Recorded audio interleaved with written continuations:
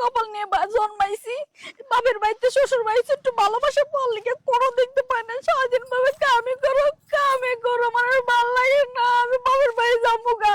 কাকো মা ওই বাড়ি থেকে না এই যে আপনি বাগানে কান্দুন কে নিকে কান্দুন কে কিছে? আসলে কি অনেক স্বপ্ন দেখে জামাইটার লগে বিয়ে বইছিলাম, ছোট মোটো, তাতে কোনো কষ্ট নাই। কে তা ওই কি অসুস্থ নাকি? অসুস্থ না তাহলে কি ওইসে কি কিছে? বাপ মা জানে এই ছোট পিচ্চিটার লগে আমার বিয়ে দিছে। হ্যাঁ সিয়াটা চিন্তা করে যে একটু একটা পিচ্চির লগে বিয়ে দিছে, মানুষে কি করবে ওই চিন্তা না, যাক পিচ্চির লগে বিয়েছে, মনের মধ্যে ভালোবাসা আমার অভাব নাই। হ্যাঁ কোয়েন না বিয়ের পরে যে ভালোবাসা তো দূরের কথা, ডিমের খোসা একটা হ্যাঁ একদম পুরো খোলাসা, কিছুই নাই আরে মা ভালোবাসা ওই বলতে। আল্লাহ গো এনে এনে মান সম্মানের ব্যাপার। আমাকে তাও ওই বংশে কিন্তু অনেক ভালো বংশ। এনে যে আপনি যে বাগানে বুগানে বয়ে থেকে যে আল্লাহ ভালাই কাহিনী দেখুন, আমার নয় কইলেন আমি না ডাইকে রাখমু, আরো যে 2-4 জন মানুষজন জিজ্ঞেস করলে তো কই দিবেন এনে বরবরে। ডাইকে রাখবেন, হ্যাঁ ডাইকে রাখবেন, তালি নেন এই মুখ এটা ডাইকে রাখেন, আসল দিয়ে এই যে মা ওই হ্যাঁ কি কাম করেন কেন? আমি আসল আপনি তো বলেন ডাইকে রাখবেন, এইজন্য কইছি ডাইকে রাখেন মুখ। না আমি তো কথা ডেকে তোমার চাইছি, তাহলে তাও এই অবস্থা, হ্যাঁ অবস্থা একবারে খারাপ। একবারে খারাপ।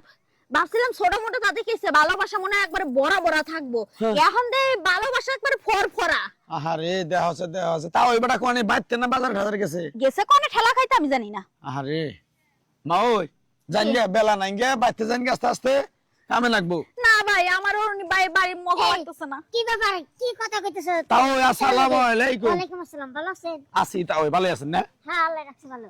ওই যে মা ওই নো বয়ে বয়ে জানি কি কান্দাকাটি করতেছে না কি হইছে গো আপনাদের গ্রাম জামিন না সমাধান করা হারুন না বাইতে? সমাধান আর কি পুত্রা, ওখানে তোমার মায়ের কয় কি বাচ্চা নেবো, ওখান মনে করে আমি ছোট খাটো মানুষ, ওখান যদি আমি বাচ্চা নেই মাইনছে মন তো করবে না, এর লেগে মনে করে আমি বাচ্চা কাচ্চা নিতেছি না। শুনছেন, শোনেন কি কথা।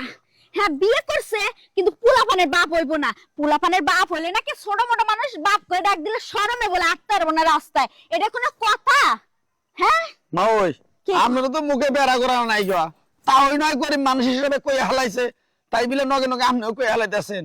শোনেন এই যে স্বামী স্ত্রীর কথাবার্তা তাও ওই কি কমু, আমি পুতুরা মানুষ। পুত্রা হ্যাঁ? তুমি যাও গা, আমি তোমার ই করতেছি, যা করার করতেছি, যাও তুমি। আচ্ছা ঠিক আছে তাও দেখে হই না বুস টুস দিয়া মাওরে একটু গরিব মানুষ হিসেবে সার মার দিয়া যেভাবে সংসার করে তাই খান যায় ওইভাবে খান গিয়া, বুঝেন নাই?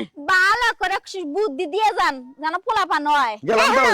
এই কিছু তোমার। তোমার মাথায় বুদ্ধি আছে, তুমি যে আরেকজনের কইতেছো আমার বুদ্ধি দিবার লাগি, হ্যাঁ। তুমি যে যে এই সমস্ত কথা যে মাসির কাছে কইতেছো, এটা হলো স্বামী স্ত্রীর কথা, স্বামী স্ত্রীর কথা বাইরে লোক শুনবো কি লাগা? আমি তো কেউরে কইতে চাই নাই, তোমার পুত্রা এসে কি লেগে আমার এরকম করে নাড়া দিল যে মা ওই কি হইছে, তাই দিকে কইছে কি হইছে যে তোমার তাওর একবারে খোলাসা হয়ে গেছে।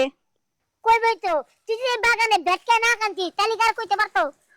হ্যাঁ ঠিকই আছে, আমি বাগানে বয়ে কানবো না, আজকে তো কি করবো জানো, রাইতে বয়ে টিনের পরে বয়ে কানবো, জানো সব গ্রামের মানুষ আয় যে কেন কানতাছি। চাকরার বাসায় না কেমন আয় বাসায় যাই। হ্যাঁ আচ্ছা আমি বাসায় যাবো, এক কথাই রাজি আছো?